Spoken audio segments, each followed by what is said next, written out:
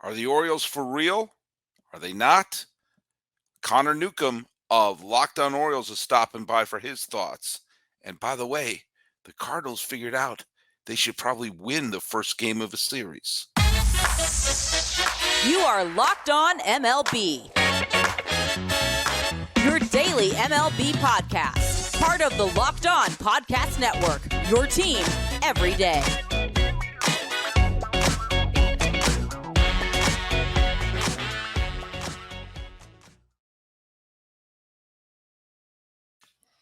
Hello, baseball fans. Welcome to Locked On MLB, part of the Locked On Podcast Network, where it's your team every day. This is the daily podcast. We talk about all of Major League Baseball.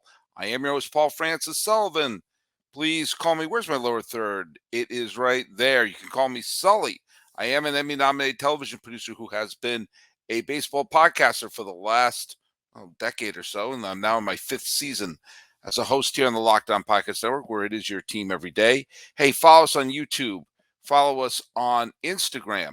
Follow Locked On MLB Pods. Same handle for Twitter. I am your pal Sully. I'm at Sully Baseball on Twitter, Sully Baseball Podcast on Instagram. And if you are listening to the show every day, I know some of you drop in and out and everything like that, but if you're someone who's here every single day, guess what? You should put in, whether it's on the YouTube, whether it's on Instagram, whether it's on Twitter, put a hashtag right there called Everyday Sully. I want to know who are everyday listeners. It was originally Everyday MLB, but apparently that was already a tag. So Everyday Sully, there you go. I'd like to know who some of you are. We'll read some of you if you have questions and things like that. We're going to read them on the air right now. Hey, teasing a little bit, Connor Newcomb of Locked On Orioles stopped by because I want to talk to him a little bit about Baltimore's start and some other thoughts. But by the way, I've been picking on the Cardinals. We got here. This is the episode's being dropped on the 9th of May. It took all the way till May 8th. I thought for a minute that St. Louis was going to lose yet another first game of the series. And, there was a couple of points where the Cubs did tie the game at one point, and they kept putting runners on base. Contreras came back to Wrigley, got a big double, and you know what? And Stroman pitched well for Chicago, but the Cardinals did win. So there you go. They didn't gain any ground on Pittsburgh, who got a Mitch Keller complete game shutout. Remember those? So the Pirates sort of dust themselves off against Colorado and sort of, kept their distance, and they didn't lose ground to the Cardinals, who finally won the game, and to the Brewers, who put up a 7 spot on the Dodgers. But hey, good for the Cardinals. Maybe they can actually, win a series, get off the mat a little bit. There's still a long way to go in this season, of course, but there were some fundamental problems with this Cardinal team that just made me feel a little woozy.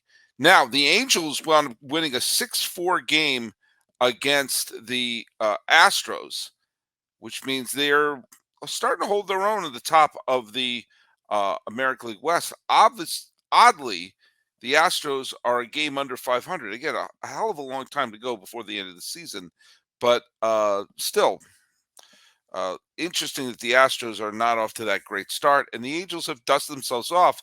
They did not gain any ground on the Rangers. Boy, it's so cruel. Logan Gilbert, pitcher for the Seattle Mariners, was throwing a game against the Rangers, had a perfect game going into the 7th inning. Marcus Semien breaks it up, and then 2 runs come in to score. So Gilbert retired every batter from inning 1 through 6, and what did he get for his troubles? A loss. I hate the win-loss stat. Hate it. The Giants wound up losing to the Nats. The D-backs with the Dodgers loss, and the Diamondbacks wound up beating the Miami Marlins, which means the Diamondbacks, who have won 7 of their last 10 games, are still not fading quite yet. The Pirates losing streak is over, and they're still on top of the division. Man, some of these surprise teams, we'll talk about this when we talk about the Orioles, where the surprise team goes from hey, that's a nice start, to maybe we're contenders, when the calendar flips over to June. So we're not quite at that point with some of these teams, but hey, stick around. I watched a little bit of the A's Yankees game, and the A's wound up tying a game. It was tied in the bottom of the sixth, and then the Yankees put up 5 unanswered runs.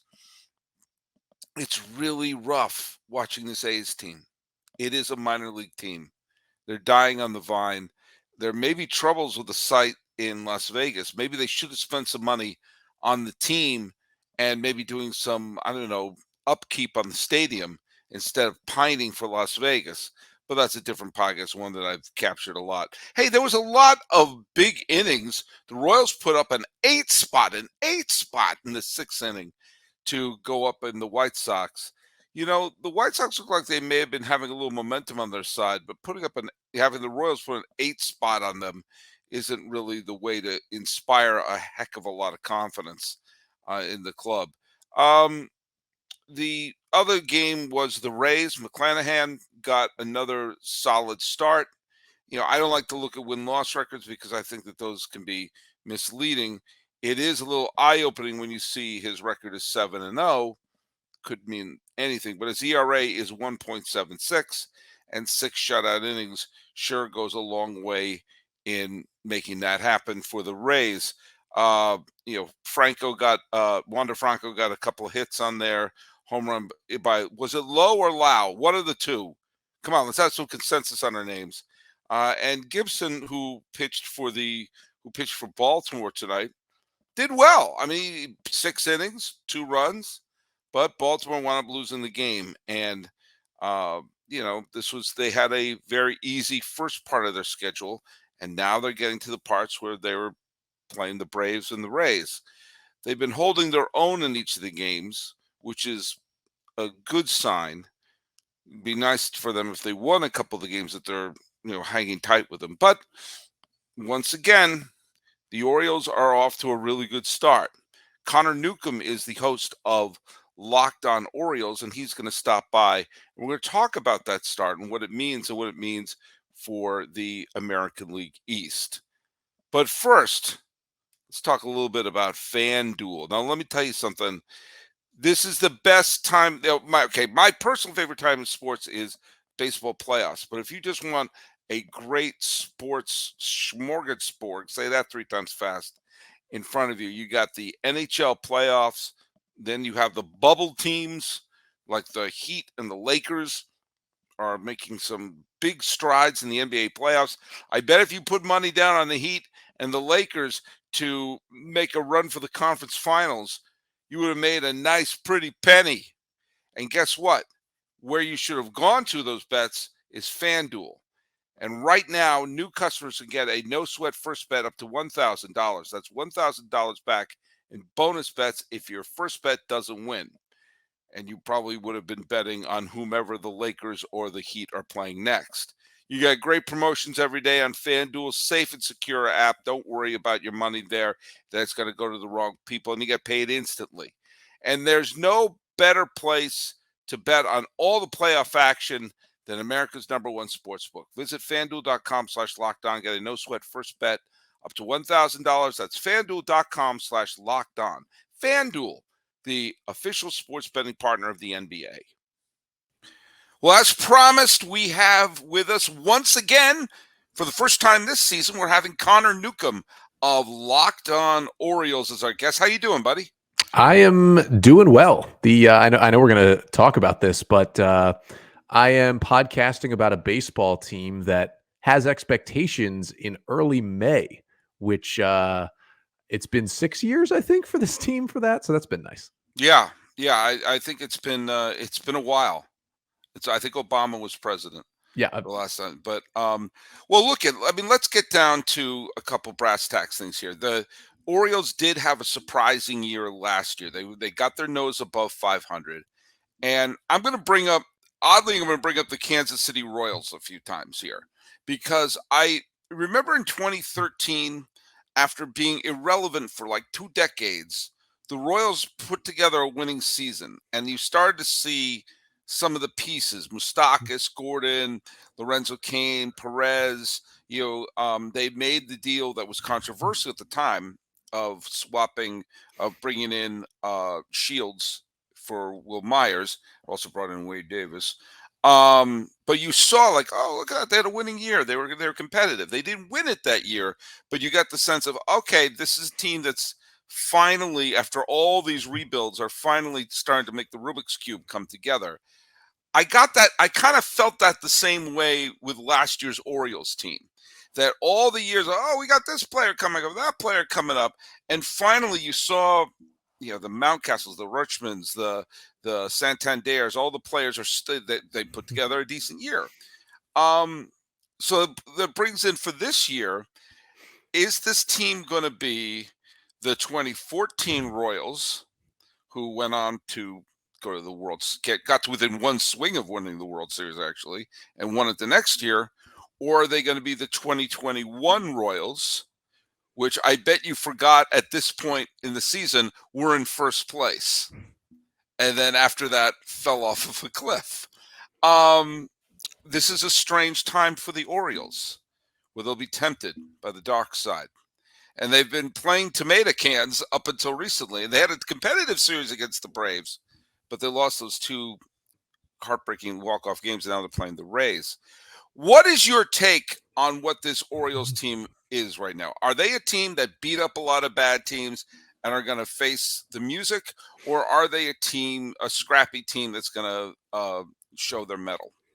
Yeah, I would say I don't think they are 2014 Royals yet. I do not see the Orioles having the tying run at third base in the ninth inning of Game 7 of the World Series. Like I don't think I see the Orioles being that close to a championship. However, I like the comparison because they seem to be playing a little above their heads, which I think the Royals did as well that year. Mm-hmm. They just kind of sustained it by continuing to add to the team and get better. But I will say, you're definitely right about the schedule. So before this series against the Braves, when the Orioles lost 2 of 3 in Atlanta, which I don't think is a terrible thing. Like, the Braves might be the best team in baseball. Yeah. You have a chance to win all 3 games. You win one of them. Yeah. Before that series, they played 22 straight games against teams that were below 500 when they played them. The best team in that stretch was the Red Sox, and I think the Red Sox were right under 500 when they played them. Yeah, they were. And they went 17-5 in those 22 games. So you still got to beat the bad teams, right? Mm-hmm. It's still impressive to do so at that high a rate. I mean, 17-5 is a great stretch against any teams. But you got to remember, there's a lot of good teams, especially in the AL East, and they didn't play the Yankees, the Rays, or the Blue Jays in that stretch. They played the Tigers twice. They played the A's. They played the Royals. It doesn't get a lot easier than that. So now but you made the point. You still have to win those games. Yeah. You have to. The key to any team putting together a winning record is to say, hold your own with the best teams and beat the snot out of the bad teams. And so far, we know they've done the second part of that. Yeah, and they seem to hold their own with the Braves over the weekend. I mean, they clobbered Max Fried. It was his worst start in like a couple years on Friday night. And then they honestly, I mean, they gave up runs in the 8th on Saturday and lost, and they got walked off in the 12th on Sunday. They had the lead in the 8th inning, though. In Saturday's game, they got a couple of runs off of Spencer Strider, which is honestly tough for a lot of people to do. They had a good plan against him. They got him out of there in 5 innings. Like, they seem to be ready for these teams, ready to face these teams. And the Rays are another good test. I mean, you could argue after playing the worst teams in baseball, they've got the best 2 teams in the league back to back. So it's definitely a fun stretch. But I will say, if you grade a team on, if you can beat up on the bad teams and you can hold your own with the good teams, that's what they're doing. I would say they held their own with the Braves. And it's going to be really interesting to see, though, because although a Brave series is nice, it's going to be really important against the Rays, against the Yankees, against the Blue Jays, and against the Red Sox further down the line. I know they've already played 2 series against them, but they're looking much better now than they did a month ago. Yeah. So those series are going to be so important. Right now they're 3-3 against the Red Sox, and they're 1-2 against the Blue Jays. They're just now playing the Rays for the first time. And that's basically what their schedule looks like. They haven't played the Blue Jays yet in the division either. So those are going to be big. I think they're better than last year. Mm-hmm. I still do have questions, though. I definitely have questions about the team still. But just going to pull the curtain back a little bit. We are recording this on Sunday night is when we're recording this. And I knew you and I were going to be, I knew you and I were going to be recording. And when they had the lead in they won the first game against Fried against Atlanta, and they had the lead, I think, with 2 outs in the 8th inning on Saturday evening. And I remember thinking to myself, wow, if the Orioles sweep the Braves and I got Connor Newcomb, we've got a scoop. We've got a scoop. We may go viral with this one. And then suddenly Pilar home. Isn't it amazing how fast the series could turn around like that? Like it went from they've won the series, they're going to go for the sweep on Sunday, and it's that weird sort of game that they start at here in Los Angeles, and they start at like 8 in the morning. I think that may mess with the Braves psyche. They can imagine going to Atlanta and giving them a sweep. Oh no. Nope. Yeah. It was Kevin Pillar, and I actually think a lot of. Who did I say? Did I say something else? Or? No, I'm just saying it was Kevin Pillar. You did, because he has hit, I believe, now 330 against the Orioles in his career during his time with the Blue Jays and with the Red Sox. He's just killed the O's, and so I actually think Orioles fans took that loss kind of well on Saturday night. It was the combination of, wow, the Braves are really good, and we were, a couple outs away from beating them again, and sometimes Kevin Pillar just kills us, and Orioles fans have just realized that fact at this point. But they could have won that series pretty. I mean, they go to 12 innings on Sunday. I mean, they didn't score in the top of the 11th or the top of the 12th with the zombie runner on base. They killed off those chances.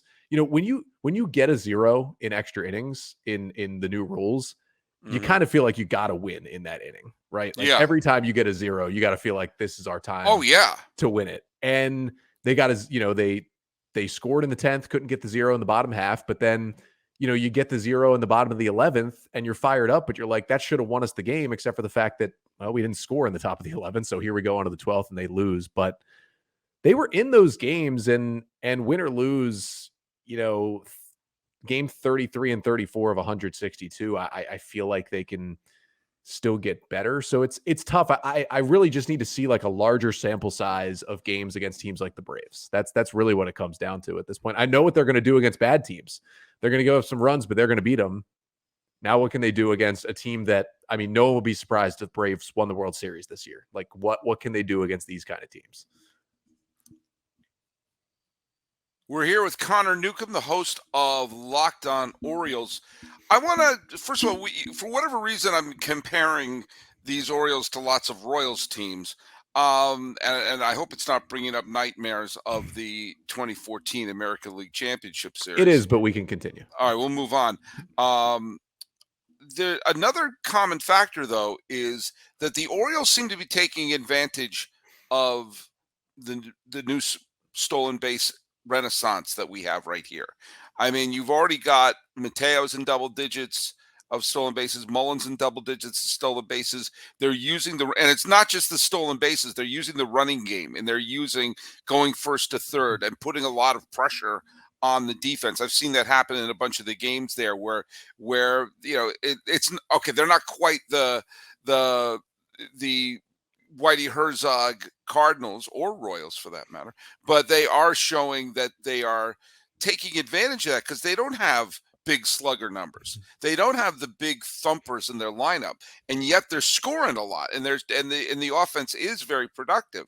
And so when I see Mullins doing what he's doing, I'm seeing Mateo doing, and I think Mateo's off to a very good start. I mean, you're starting to see that when they do get a big bomb from Mountcastle or Santander, then they're not waiting for them.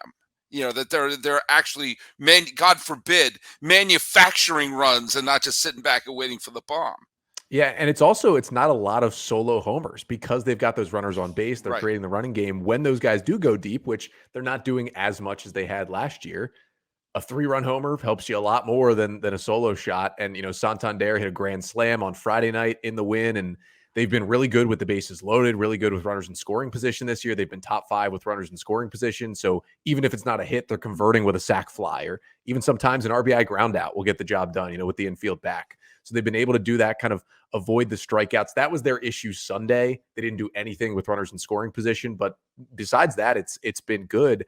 And so they did have a little bit of a leg up because last year, Mullins and Mateo were 1 and 2 in American League stolen bases. Yeah. So I think it was something easy going into the season saying the Orioles already led everybody in this category last year with these two guys. They stole 35 and 34 bases.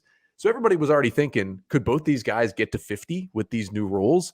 And so I don't think that part has been as much of a surprise, but the fact that like Adam Frazier is running as much as he is, and Ramon Arias, I can't remember the last time he stole a base. He stole 2 of them the other day against Kansas City in the same game.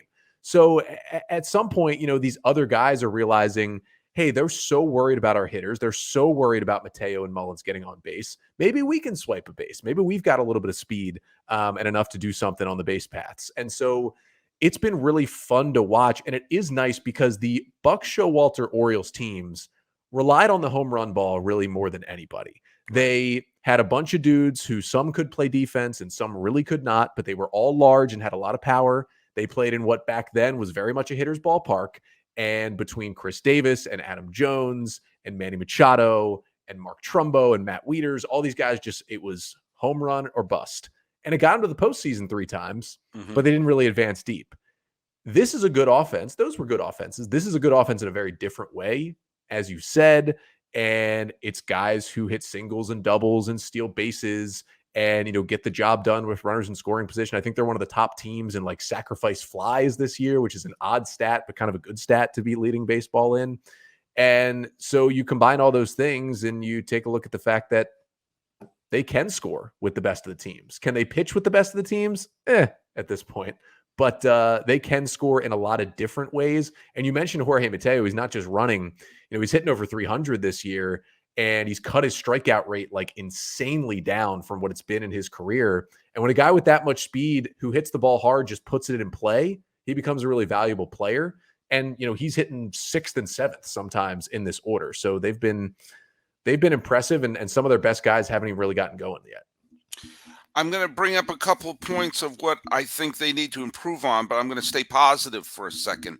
Last year, the Orioles were killed by people despite the fact that they were within striking distance of a wild card spot, they wound up selling at the trade deadline instead of adding to.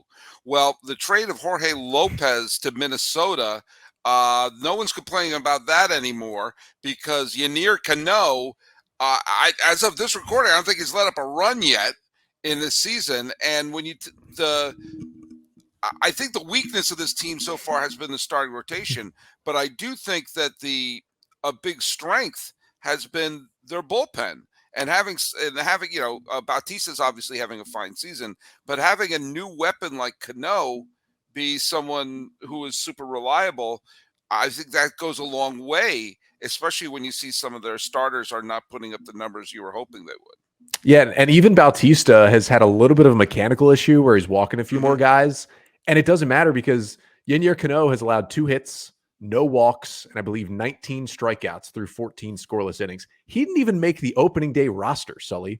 They had to send a pitcher down a couple weeks up to get him up here. The funny thing about Cano was he was kind of considered the throw-in in that Jorge Lopez deal. They got Cade Povich, a lefty who's in Double-A and is one of the Orioles' top pitching prospects. They got 2 young 19-year-old pitchers who were pitching in the complex league who they're kind of excited about. And then Cano had already pitched in the big leagues a little bit with the Twins. He was 28. He was walking everybody. And the Orioles said, hey, he's got a pretty good changeup. Why don't you throw them in? And the Twins said, well, he's sitting in AAA and we're trying to make the playoffs, so go ahead and take him. The Orioles fixed him and told him how to throw strikes, and he's not walking anybody. And it's funny, I said on my show last week after he had another just incredible outing, basically through 2 scoreless innings against the Royals. And I just said, look, when Cano comes in the game, I just know it's going to be a 0 at this point. I joked that I'd trust him to do life-saving surgery on me right now. I trust him to do a lot of different things. I was out and about for a bit during the 8th and 9th innings of Sunday's game against the Braves. And I went on my phone and saw that Cano was coming into the game in the bottom of the 8th in a 1-1 game. And I said to myself, you know what? At the very worst, this game is going to go to extra innings. And sure enough, he goes 6 up, 6 down. And although the Orioles offense couldn't do anything, he gets the game to extra innings. It's kind of a relief for Orioles fans to watch him right now. And with Bautista struggling a little bit, they could even put him in the 9th if they wanted to at any point. He's been that good. And so that's at least been one where Mike Elias can say, hey, pretty quickly as well in a turnaround. This is why I really did that deal. Yeah. And, sometimes the player who comes through in a deal is not necessarily who you thought it was going to be. Dean Kramer was not the big name in the Manny Machado trade, and so far he has been. He's the only one left. He's the only one left. Yeah. Now he's obviously not having. He had a good start a couple of starts ago. And maybe he's turning it around. I take a look at the rotation, and if there's an Achilles heel to this team right now, it is the starting staff.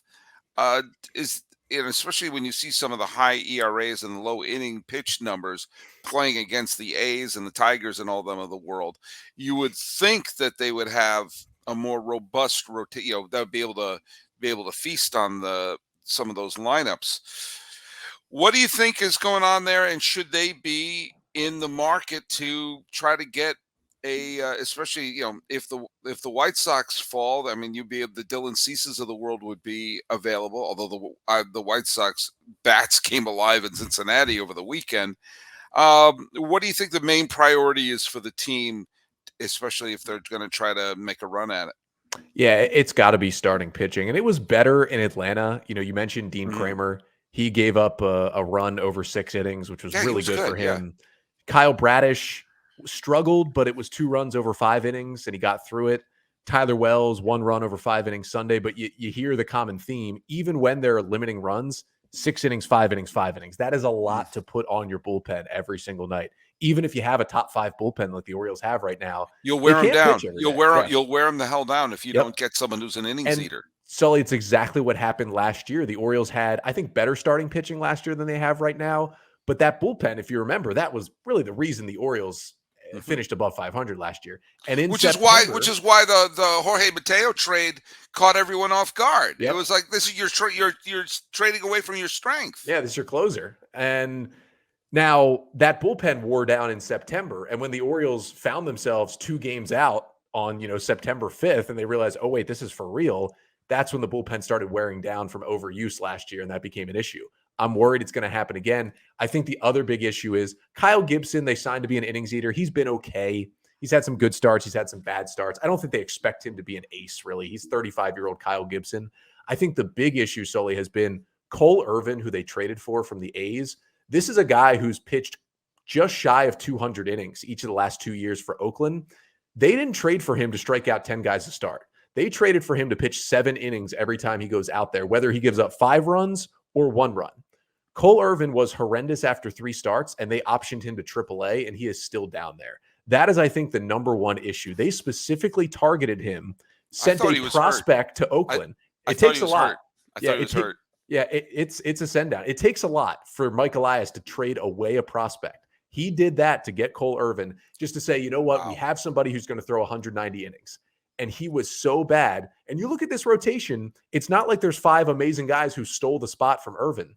It was that he was so bad that I was surprised he had a minor league option left, but he did have 1 left, and they sent him down to AAA. So I think that is the number one issue, is that you don't have a guy right now who, even if he's not the sexiest pitcher in the world, and even if he's not going to strike out 11 and give up 1 run, you don't have a guy who every 5th day you say, bullpen, you can take a deep breath today. No matter what happens, he's going to pitch deep into the game. That's what they wanted with Irvin. And if he's doing it for the Norfolk Tides, that doesn't really help the Orioles. No, it doesn't.